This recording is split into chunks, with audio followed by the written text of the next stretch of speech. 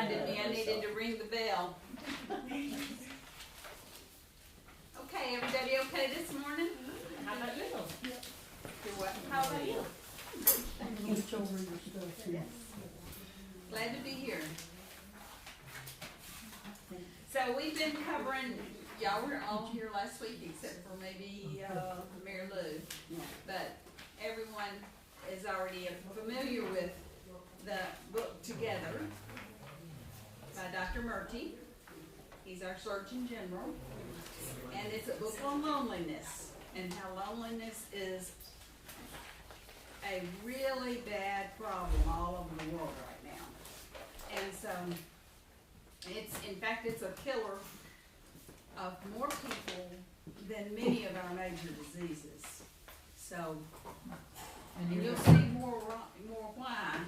It seems sort of odd that would be the case, but we'll see more why as we get into the book. And you're gonna tell why it's a bigger problem now than 2 decades ago. Why do you think it is? I don't know, I hadn't thought about it. Why do you think people are disconnected? Physically. Computers. Oh, social media. Social media. We don't It's need been it. a real problem. And the pandemic. Yeah, So, certain. you know, there's reasons why people have become more isolated. I know I feel pretty isolated up on the mountain. So, but that's a physical isolation. This is more when he's talking about loneliness, it's more of an emotional and a social loneliness. The population's aging. Yes, and the population is aging.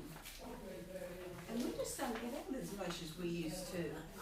You know, I know so many people that won't drive at night. And, you know, that limits your time and being able to take part in certain things. You can Okay, party so- during the daytime, you don't have to do it at night.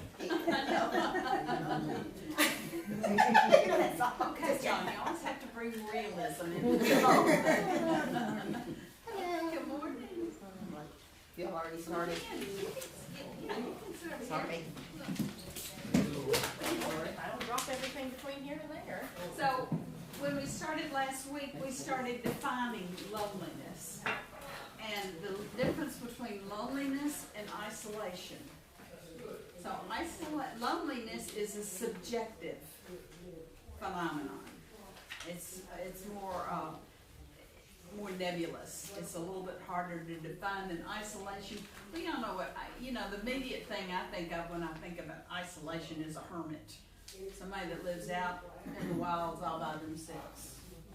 But it doesn't have to be that way. What about movie with Tom Cruise? You know, he had the basketball, so he was isolated on that beach. Completely without anybody. Or the snowstorm. Tom Hanks. but- Yeah, snowstorm. Oh, well, if you read historical fiction bordering on nonfiction, you'll see that the early people really enjoyed their get-togethers that they would have, their social interactions, their big festivals and things like that. Barn raisings. Because they were those little farms and little communities were so isolated that when they finally got together in a big group, they could socialize. They could see other people and talk to other people. And it always intrigued me with the American Indians, how they would have these big gatherings. One of the main purposes of those big gatherings was that so men and women could meet each other.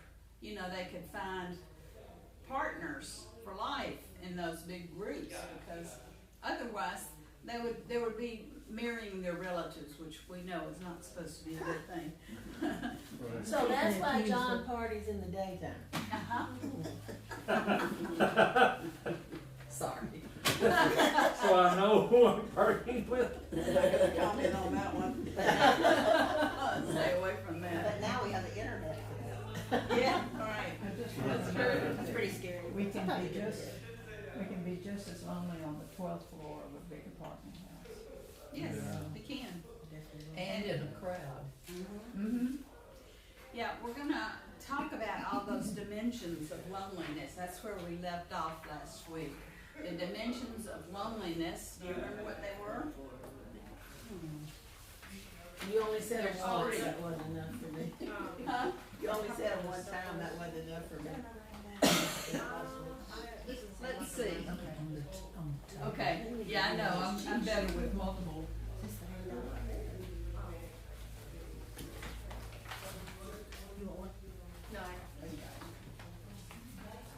Okay, so the dimensions of loneliness. First of all, there's what he refers to as the intimate or emotional.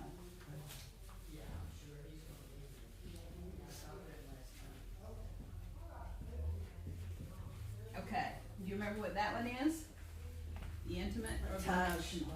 touch and being in a relationship Mhm. with someone like that. Yeah. I mean, we have some couples in here that are examples of having an intimate relationship with a partner. That mean romance. Not just romance. It's an emotional dependence. You share, yes, it's a partnership. Could You be a share, family. Could be a family as well as right. a partner. It can be. It can be a family as well. But when he's talking about that, he was referring to intimate, to actual couples. But I do think that it, and also, Mother and child. yeah, Yeah. right. So I know when my husband died, my oldest son came to me and he said, I'm the head of the family now. I'll take over, helping you with your responsibilities. And I went, oh Lord, I know how you are with money. You're not touching my finances. but now I told his wife when they got married, I said, this is yours now, you deal with it. And she did. He admitted it when I went to see him in Chattanooga. He said, I don't know what I would do if I lost Melissa, because she manages everything for me. And she does. She takes care of their finances, she takes care of their home, she takes care of everything. So they're good partners in that way, so. Although it gets to her at times, which I can understand that, been there, done that. All right, the second one is relational. Okay, so relational, it's like this Sunday school class. We relate to each other. We're friends together, and we have a good relationship. This is one of the most social, interactive, loving groups that I have ever been in. And I can't tell you how much it has meant in my life to be a part of this group, because it was something, I had bad loneliness. So it's something that has meant a lot to me, and that's why this book has meant a lot to me, is talking about loneliness and how it affects our lives. Okay, so one of the, and it's not just companionship, it's also support. I think the support we get in this group is very, very valuable. It's just, I was looking up something on the internet this morning, and I saw a YouTube that was about overuse of the word very. Oh, gosh. I went, well, I'm guilty. I say very all the time. But, so, there's that one. And the one we really didn't get into, and the one I would like for us to discuss more today, is the collective.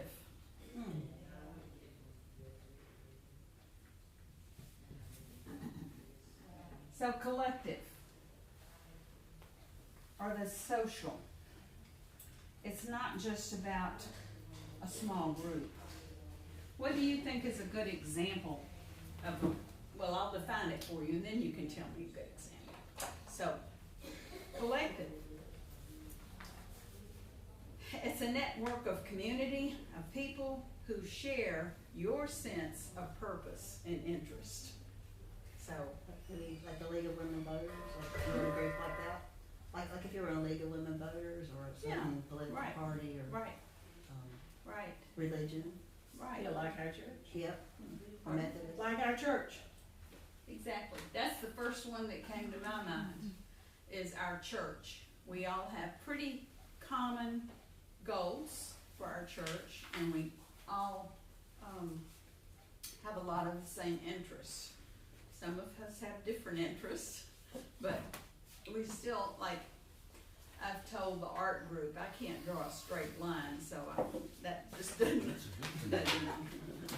That's a good thing for an And we artist. keep telling her she doesn't need to draw straight lines. She won't listen. I don't think my stick figures would fit very well either. My stick figures fit just fine. That's about all I can do. My sisters are, I have 3 sisters, and my sisters are very artistic. And especially one. And I remember feeling like I'd been left out in that regard when I was growing up. And I got really, really good at drawing one thing, and that was a tree. I could draw a tree. And it was just, it was not a real beautiful tree, but it looked pretty good. You knew what it was, you know, when you looked at it. All right. So do you know of any other examples of collective? Generations as a group. Mm-hmm. Yeah. Is collective, they talk about collective a lot, the collective consciousness. Does that mean that people all think alike? I mean, like they'll have meditations now, like they had Oprah Winfrey had this meditation all over the world, and everybody on that call on Zoom they were meditating and praying for the same purpose. Is that kind of an example? It is kind of one, Putting your energy toward a certain, yeah. cause. Yeah, because there's a lot of examples in here of people who have connected via internet or through calls. Or like sick, or like grief groups. Yeah, the grief groups, the AA groups, Yep. the NA group, all of those are people with a common interest that are going toward a certain goal. But they can't do it as well as they could in a physical group, or is that his premise, or? I mean, It doesn't have to be a physical group this day and age. I mean, look at how many, all the classes that I took at, with the church group, those were all by Zoom. They were all on Zoom. We had some pretty good conversations, and it was people who were all of similar interest, very, very definitely. So it doesn't necessarily mean physical. Look at the numbers of people that are joining our worship service on Sunday morning. They're not here physically, but they are joining the church and don't have as much interactive relationship. The people who are here in presence. So there are a lot of people that still. Yeah. What's the current number, Heath? Last Sunday, at this point, we're probably approaching 300, something like that. Wow. Yeah. Opportunity. Yeah. Right. no. Hey, you got the name. Sometimes they'll share It's a it, but free will. usually Not not. much. Wonder if they were dancing. What do you think? That was a fun experience. Do we have any idea whether they stay for the whole thing, or is this just a hit? This is at least, I believe the latest now is at least 15 seconds, which is usually a longer, I mean, for social media, it's usually 3 seconds, but at least a quarter somewhere in there usually saying for the whole thing. It doesn't give it, I have to go further in to get that, but there are quite a few who are staying, or majority of it. They usually, That's some people what will we just do. tune into the sermon, some people will just tune into the music. But that's at least a better clue as to whether or not they could be influenced or whether or not they're just scared. Would it be possible to put, like, we're having a loneliness class for 6 weeks on there and people could tune in, or is that something else? Yeah. I was just thinking to get them hooked into that. Would require more computer though, wouldn't it? I might be hesitant to share my feelings or concerns if it were a group I couldn't see, didn't know. That's a good point. Never bothered me, We're, right? aren't we already doing that?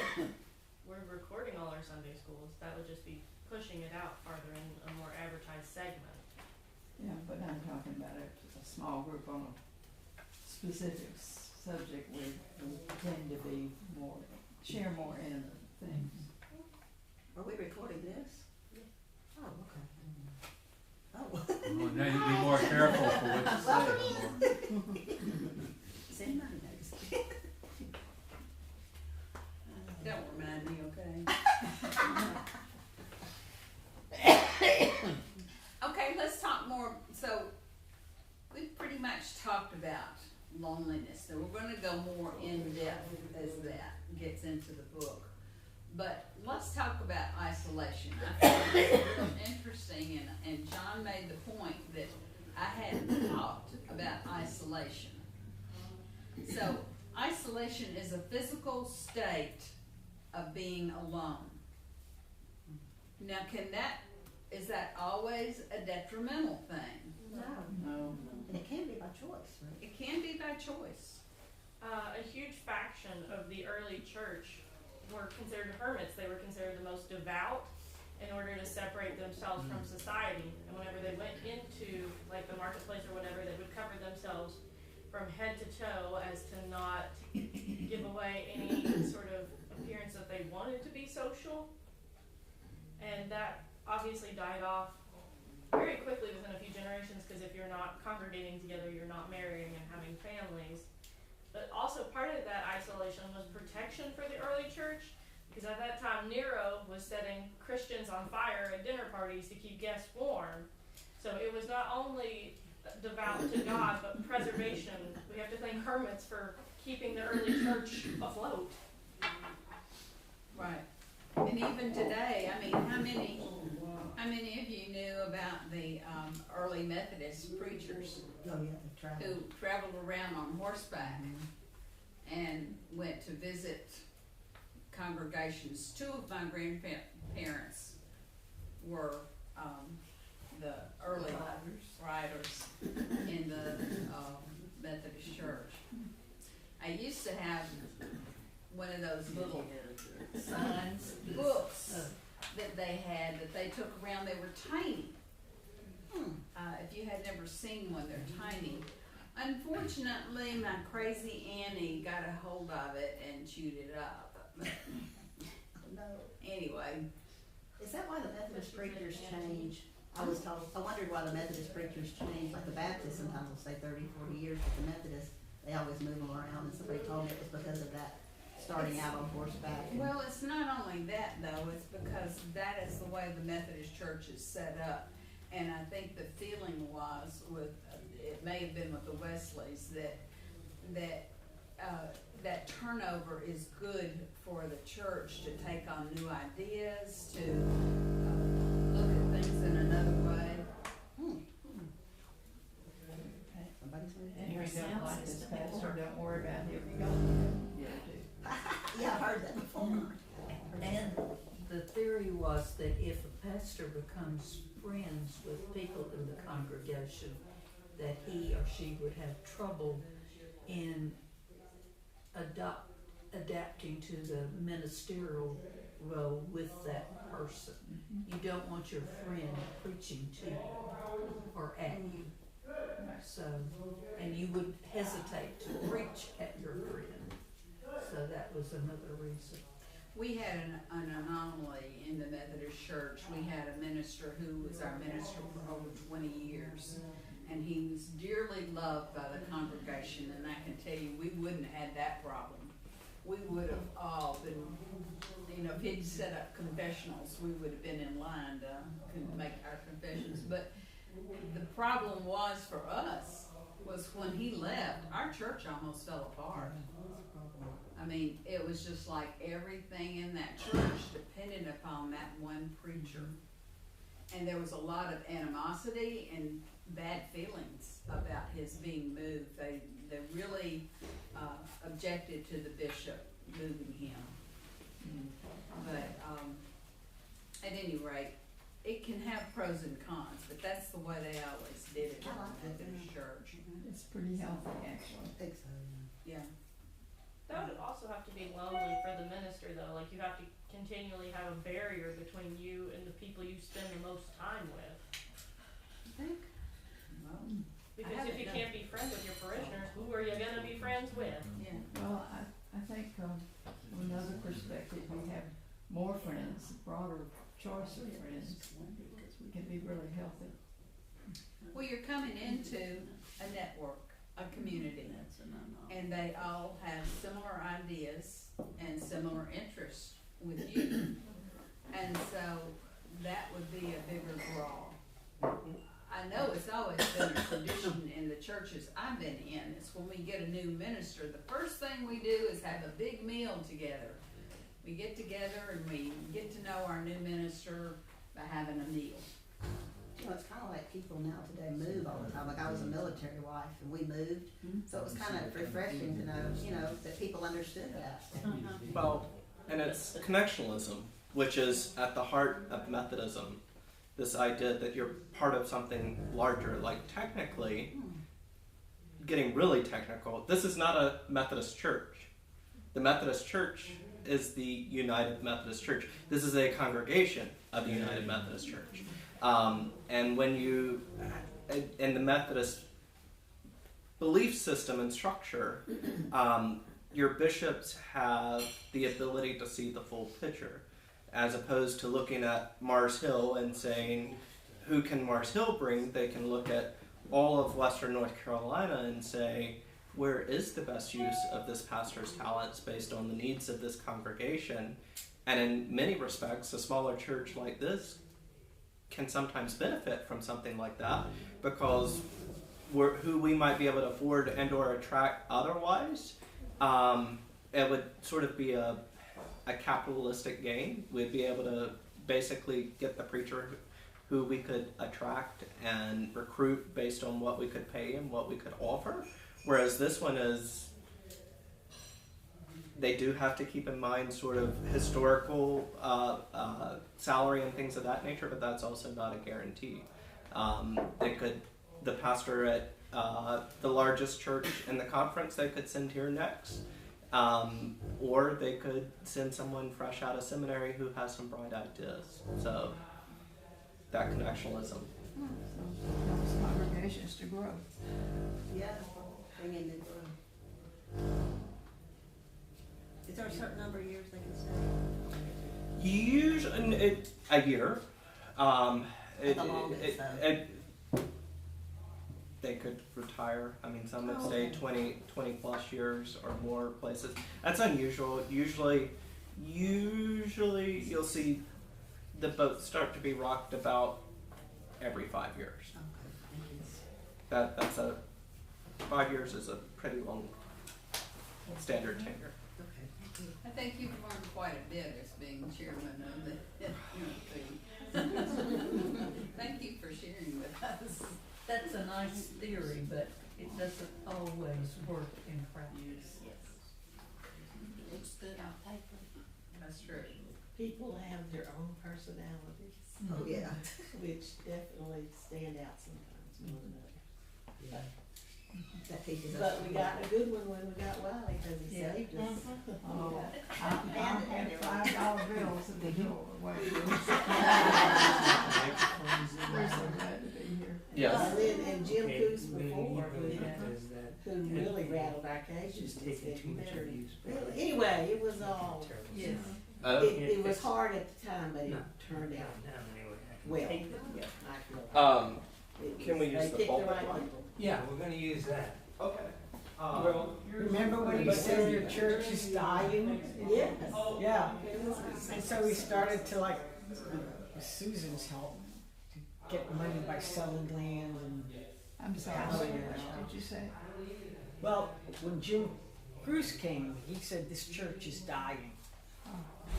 And so he went about with other people in the group to sell like a house, the parsonage, what you call it? Parsonage. Parsonages and We had other, land we had and some a parcel of land. Yeah, it was really fun. Y'all don't own that anymore, over there on Bailey. What? You don't own the parsonage anymore? No. Too bad, it's a nice spot. Margaret, can I say something about isolation? You're getting back to the subject. What's the trouble? Let her go, man. Let her go. I think of all my life, the worst isolation I felt was that first year of COVID. When I was at home by myself with my cat, and although we were having Sunday school on Zoom, I had no personal contact with anybody. I was picking my groceries up, and it was, I didn't see my kids or my grandkids. And, I'm someone who grew up alone a lot. And now being alone doesn't bother me, but just having that forced isolation of not being able to come to church or not being able to go see my grandkids, that was hard. That was really hard. Do you think that's one of the main reasons that we're having this real splurge in isolation? I mean, in loneliness? It's a big reason, especially for old people that It are. could be, yeah. I think it's one reason that we recognize loneliness more. Because when I was growing up, or even as a young adult, nobody talked about loneliness except maybe an individual situation. But now we're collectively thinking about and recognizing loneliness, and I think that the isolation we all experienced during COVID increased our awareness of isolation, and like Mary Lou was saying, the fact that we have no choice. You can choose to be with yourself and have a lovely afternoon and not have to worry about talking to anybody if you've chosen it. But if you have to because there's no other choice, then it's unpleasant. I suggest that this idea of loneliness, especially among older people, has always been there. I remember back when we had Meals on Wheels in Crown Point, George used to talk about make sure you're going to spend some time, because if you deliver a meal, you might be the only person they're going to see for the whole week. And it's more than about the meal in this case. So the only thing I see about that's habit of COVID, it seems to be now moving into the teenage years and that, because you always, when you're making that, going from childhood into adulthood in those intense years, and this is just me speaking, I'm not an expert, you're going to have that time where you feel, why am I so different than everybody else? And then it takes you a while to realize, well, you're not. Yeah. We're all going through the same thing. But now with that, with COVID and also social media, and the move to private education, so homeschooling and stuff, that all contributes to that moving into that generation. It used to be when everybody, whether you went to parochial school or public school, rather than being homeschooled, you sooner or later all that interaction helped you get through this mess you're going through at that age. Yeah, I think one of the interesting components of the homeschooling has been the recognition of the need for interacting with other people of the same age. Yeah. And that they would have groups that would get together for social interaction, whether it was to make a trip somewhere or to have a class together or whatever. Which I did. I've been an adult for a little while, not too long, but a little while. But I was one of those kids that begged to be homeschooled. And my mom was a single mom and couldn't keep me home. And I wanted to be homeschooled because I was teased to the point I hated going to school. And I'm on the spectrum, which means I have trouble picking up social skills. And spending 3 years alone, I forgot, like, just to not be funny, but like I forgot how to people. I forgot, like, you can't, because my mom's so used to me being just blunt and a little awkward, and she knows how to deal with it. I forgot the rest of the world don't do that. Not necessarily. Like, I have to actively think about these social cues because I hadn't used them in so long. I notice and have conversations when I'm subbing with other teachers, how we notice that year of virtual school. Each age group in the years of school have a maturity. They do certain maturing in first grade, in fifth grade, in seventh grade. And I was in the classroom 40 years at a high school, and I sub now. And I did sub at the middle school for maybe a couple of years. It just wasn't my age group.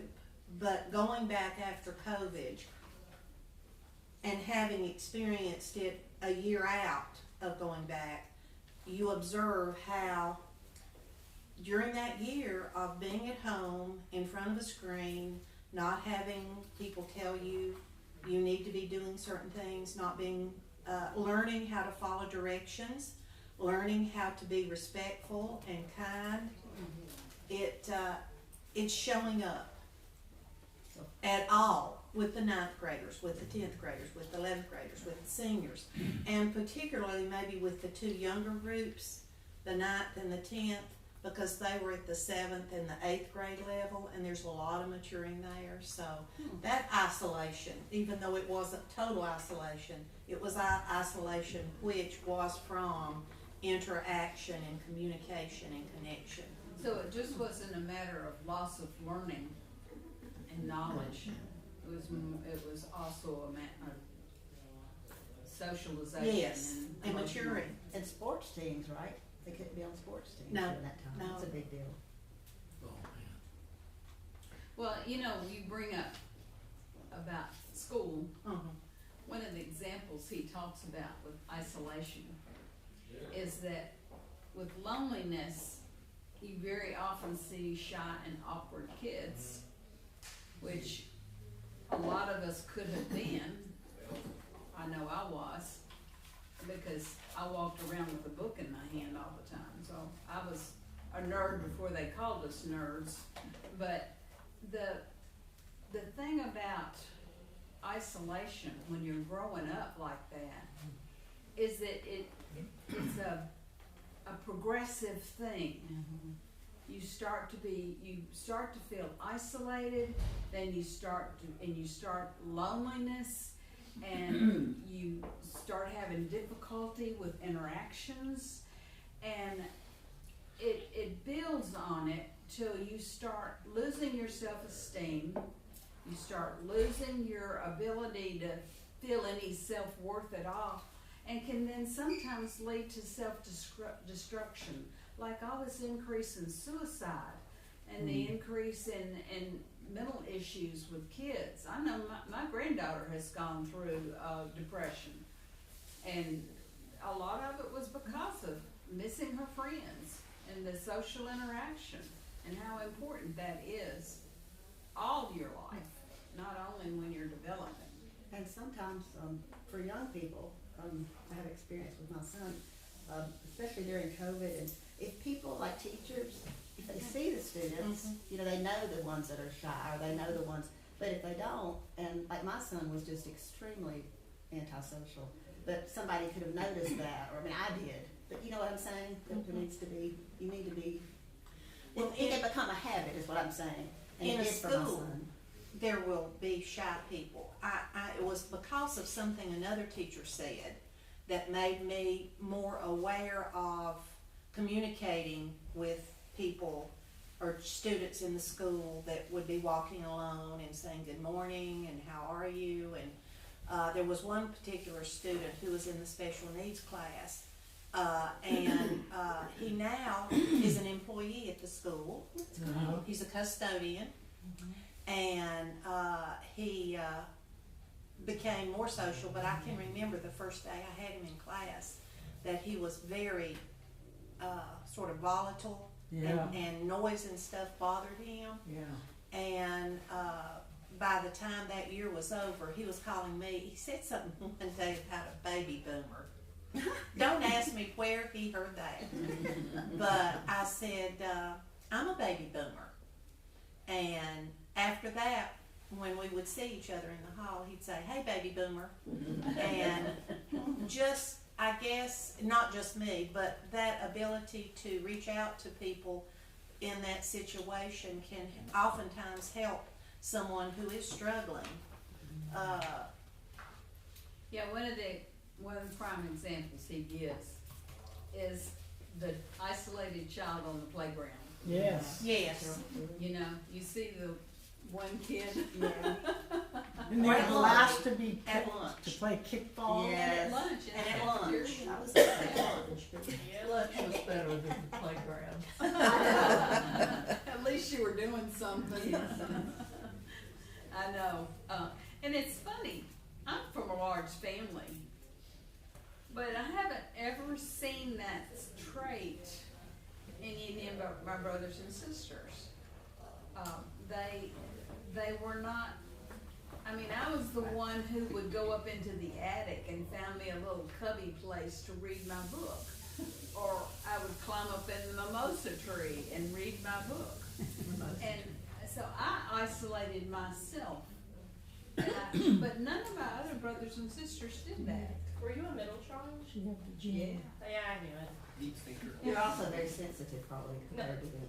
She had Well, the I mean, personality. you grow up sensitive when your oldest brother says that you're so fat he uses you for a basketball, you know? And he takes all of us mercilessly, but that tends to kind of do things to you.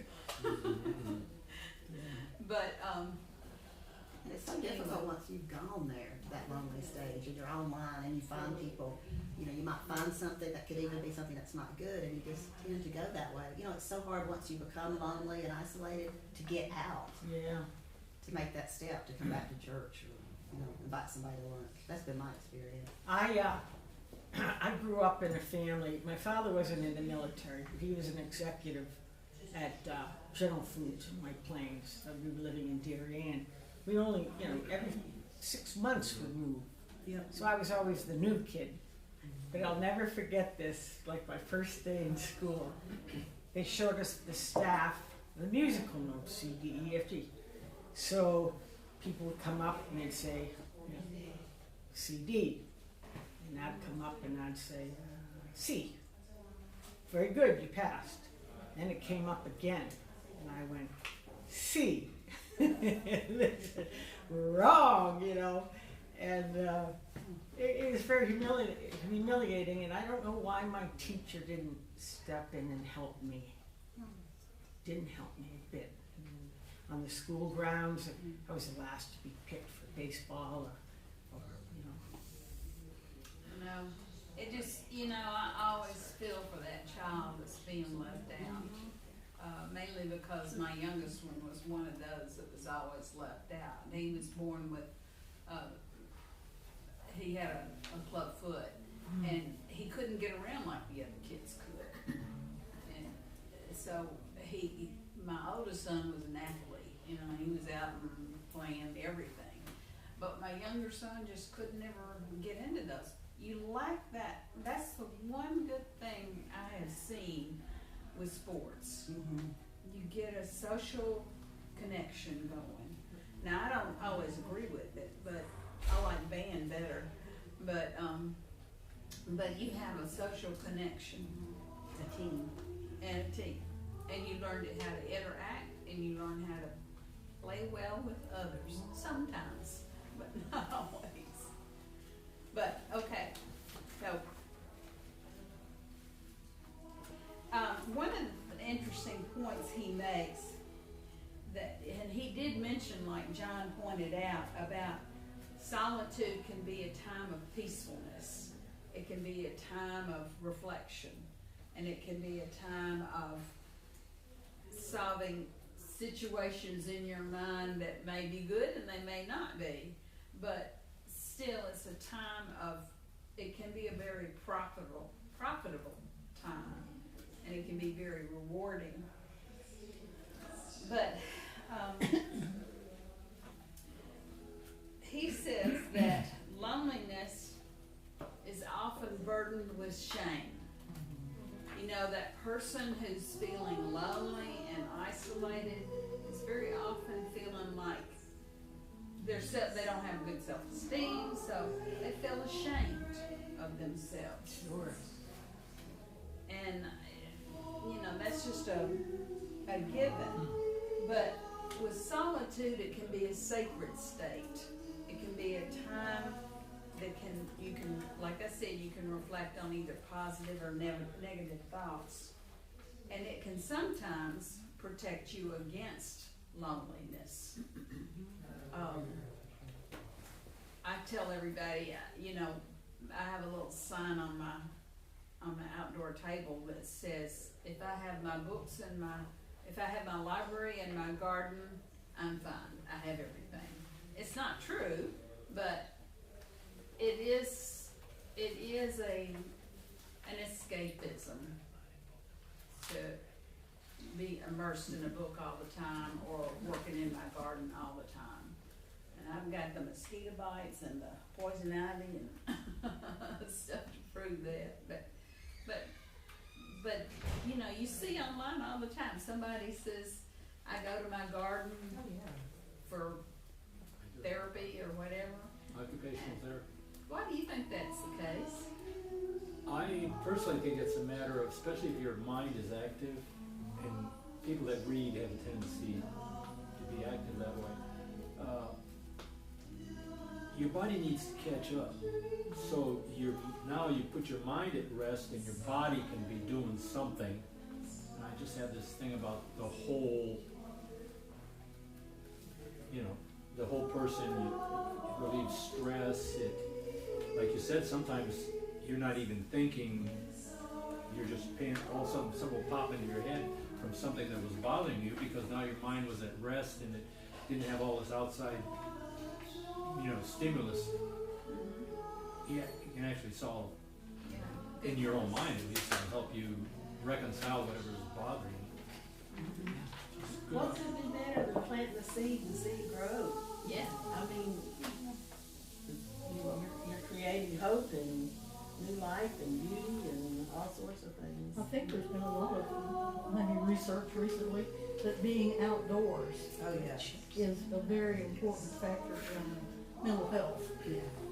They always I know say I have to sometimes remind myself to go outside because it's easy to stay inside and watch TV or read a book or, you know, do something else. But I think being outside itself is something that does something to your thinking processes. I know I've got a comfortable chair that I like to sit and read in, and I've been having to force myself to get up out of that chair, and I'll take my book sometimes and go outside and read. Counts. So, but just being outside, sitting there and looking around at the beauty around me. And I think having your hands in soil is also supposed to have good effect. I'm not even sure what. Maybe it's just the bacteria, but having actual contact with the soil is part of the mental health. Well, I say pulling up those weeds is just the I best don't thing. I don't think that helps me. Get all your anger out. No, that's a good thing to think about. I'll have to think about that when I'm pulling weeds. That just don't know. You know, you really don't pull weeds if you wanna get them out, you wiggle them out. Oh. Okay. Well, that was otherwise you just pull the tops off. I was just gonna Loosen share, the soil around it and wiggle them out. when I went through like a year of being really depressed, and I put myself alone and isolated by choice, I only talked to my mother on the phone. But I recently was talking to a friend, and I realized part of what saved me during that time was that I would get up every day and run. And sometimes I would run for 2 hours. I mean, I was like a size 0. But, you know, I was talking to this gentleman over here at the retirement home, and he was suicidal several times. We've kind of gotten to be friends. But anyway, he started riding bikes, and then he owned bike shops. So recently I went in to talk to him because I was just having kind of a bad day, you know, thinking about things. And I said, Bill, what do you suggest that I do if I'm feeling really low? And immediately he got this big smile on his face. He said, exercise. And so sure enough, you know, I've started doing that, like slowly, but just, you know, making myself go up the driveway or something when I start feeling really bad. And it really helps. I mean, Yeah, it releases endorphins. I know, it's not great. But Especially if you live on a mountainside, then you go up, down, and go up again, go up again. Finally, everything gets in equilibrium. And the other thing was, I ran in a town. I was down in Greenville, South Carolina, and I would That's the point. always see the same people almost on that run. And I would do those runs at a time when I would see somebody opening a Starbucks or something, and it got to be where we would kind of say hey to each other. And so that was hugely important. You know, I wasn't completely isolated. I had these people that, you know, I could wave at, I could say hello, and that saved my life. I mean, it really did. So you just never know when you're out and about, and somebody's like, you know, running or something, you just say hey, or you say go that, give them some heads up, thumbs up. It really can help somebody. Yeah. You know, I you had just never know. a Sunday school teacher that told us one time, if you can't do anything else, you can smile. That's true. And you can always say hi, you can always, you know, greet people, or you can, you know, it doesn't have to be physical, it's just a simple thing. And I've read so many times of people giving an account of how that was something that was a benefit to them, for whatever reason. A smile can be like a yawn. Yeah. Yeah. Just Well, Joni Mitchell Contagious, you says mean? happiness is a facelift. Oh, that's good. You what? Right? Happiness is a facelift. yeah, it I like that. Yeah. It takes more muscles to frown than it does to smile. Maybe that's why my face is sagging. It not only makes us feel better, it makes the people, of course, that we're seeing, but we're better off when we walk away. It's and like we smile John to somebody. said, it's contagious, like your yawn. Yeah. Yeah, I have a little bit of happiness. Our grandson Eli, who graduated, he went to school with Jack right here, starting right here in kindergarten, all the way to school, and now they're gonna room together in college. That's great. I mean, that's happiness if you want to know happiness. Who is his friend? Jack, Jack, yeah. what is that last name? Mo. They went to school, I mean, 3 or 4 year old they started, and they've been friends ever since. And they can sit together, and if he used to bring them home, and if he ate, if I fixed something he didn't know, he eat it. He looked at Eli's plate, and he looked at his plate, and he ate it. That's the kind of friendship. Yes. Yeah, yeah. that's bad. That's a good kind of friendship. I know one of the first things I commented on to you was how I love your smile. So it's a very sweet smile. But that's true of so many people. You know, you get that sort of reaction with some people that are just, and why do you think that's the case? Why do you think that can be the case with people? Why are you gonna have that reaction with some people and not others? They don't It's smile not back. necessarily a matter For their body language.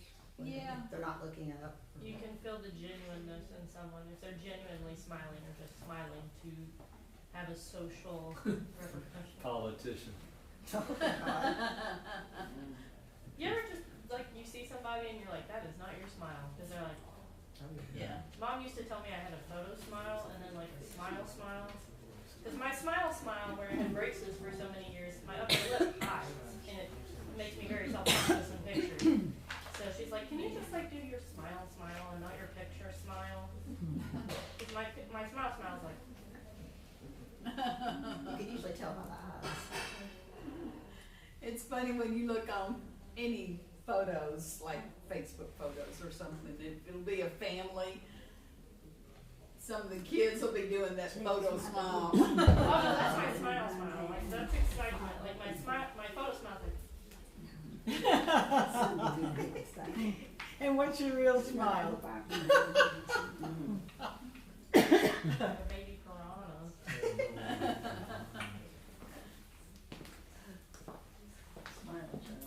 I know when I left church last Sunday, how many of you could suppress your smiles? I mean, everybody was smiling and happy and They were dancing in the aisle. dancing in the aisles. Yeah. And, yeah, right. I had The first thing, oh, I'm sorry, forget. Go ahead. I had the pleasure of sitting by the door because I had been wheeled out. And that was the most wonderful experience. Everybody came out laughing and hugging and carrying on, and it was just beautiful. Did you watch it online? No, I I watched didn't. it online, I just had to see that. Yeah, It was pretty amazing. yeah. A little embarrassing, but I saw myself. All I could see was those years of dance class wasted on me. All you had to do was look at Wally dancing down the aisle.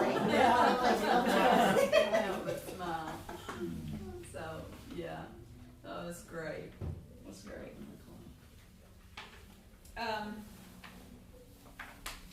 So, I talked about this could be a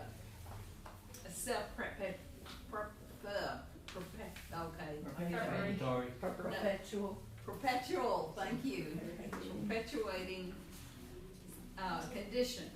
You can deteriorate pretty quickly. So, how do you get out of that? What do you do to stop that downward spiral? You probably go outside and you probably exercise. Yeah, that's, a lot of people do that first. You gotta reach out to a Yes, friend you or a do. parent That's the or hardest a cousin or a Oh. child. Reach out and say, please help me, I'm in a bad way. Or you could call somebody who needs a call. I mean, Yeah. we know that they have some of the same feelings or feel lonely. I don't know if it's the healthiest or not, but like, for me it's escapism. I like reading fantasy books. I'm sure you guys I love like Renaissance Fair and Dungeons and Dragons, and I like to immerse myself in a whole different world for a little while. I know I can't live in that world, obviously, but for a few hours, like, I get to pretend that I'm in a whole different set of circumstances, and then I come back to my own circumstances, and they don't feel as heavy. I remember that when I read The Lord of the Rings the first time. Oh my gosh, yes. Yeah, That was just- great, yeah. I think that's the draw of The Lord of the Rings. I know the time. I asked my medical person in Weaverville one time, as I'm growing older, does really do like crossword puzzles and doing puzzles and games and things, does that really help you stay mentally healthy, I guess? And she told me that doesn't hurt, but the main thing that helps you as you grow older is the socialization. It's being around other people, having friends, being, going and doing, and that means so much more than sitting there at home doing the puzzle, which I still do, but One of That the says people a lot. in this book, a doctor in this book, calls that social prescribing. And we'll talk about that more, but that's one of the things that you can do. So there's a link between social and physical state. And that's what we're gonna start on next week and get into that link between the social and the physical. Yes, John? We No, can go. okay, He's just smiling. I'm sorry. I didn't even know. Yeah, he's keeping us on track. Thank you all for participating. That's unusual. I'm Not- kinda worried. Not participating. Which is one of my What did I mention? It's, Oh, yeah, yeah. So I was embarrassingly old before I got Pacific and Specific figured out. Embarrassingly Oh, Well, why is occupied? Whatever. Somebody- Whatever. Can I just share one thing about homelessness real quick? old. This, not the I other just wanna one. share one thing. I heard that Um, once, I heard it a Margaret- million times. Margaret made me this, like when after my son I've was been gone. looking at And that. I wear this, and I'm only sharing it because I wear it when I'm ready to come. And it makes me feel good, so. It's like a you make hug. something- Yeah, so. Okay, we gotta go forward, back. Oh, you got her okay. That's where I was headed. You got the brake on, Emma? No, I was just trying to navigate this. Oh, okay. Which door did you come in? Did it matter which You door? know where you're going? This total. Backwards. Do you have- No, this is what's Stretch that muscle. for that exercise. That's what. But how much have we? I've been looking at it the whole time. She made it for me, and I really do, I'll put it on when I'm So we just I wear it all, about- and I we just just need about sometimes, I make feel like it's a warm place. Or you make it up this way or that way. I made it long ways. But not this. I'm working on one right now. Well, make sure. Yeah. And it's really thin, but I need to get rid of the things that feel like I don't like to work with real thin yarn. I don't either, but So. it looks nice when you can sling it around. That's not coming in to wear this like all year round. I put it on all the time. And you see what you need. That's Tunisian. Is what? Tunisian. You go from this way, from left to right. Of every. Oh, no. Okay, I'm talking about. Hey, I don't know anything about that stuff, so. No. How are you doing? I'm fine, and you all right? Doing good, yeah. So I go. I've been watching one her side. knit on her So, neck and piece you go back. What do I and look for a at? month now. go Really? right, and She then made me back. this, so nice. Okay, I the see same what you color mean. as her Yeah. shirt. See, Oh, really? that's how you make it beautiful. Okay, And it's well, mostly, it's alternating double crochet and So single these crochet. higher ones are. Those are my favorites. all right, I can do that with big yarn. Yes. How many loops did you start? How many loops? 150. Something like that. I know, I just did it as long as I wanted to. I don't usually count. Oh, It's like when you let it sit, and I know. You have to watch her, she'll run off with it. Don't watch her, she'll run off with You it. won't run off with this one. It's the only thing, nobody's ever made me I'm anything. gonna go on later. I'm gonna have to write that down. Thanks. It's fun. I know I went to this, she's going to business now, y'all yarns. Yeah. And I'm not yeah, surprised, it's hard to make it. Gosh, I got so much yarn right now to move on. That's beautiful. I ate it. Hey, How's your you're good boy? to share Hey, things. baby, come How's on. Alan? It's the truth. Everybody's good. leaving us. He's happy it's springtime. Yes, Birds are still singing, and he's gardening, and he's roaming the woods like he always does. give him a big hug I for will. me. I'll say hello. Yes, Sure proud of your boy, Eli. I'm Yes. proud of both of them. I've got some grain growing in my herb bed.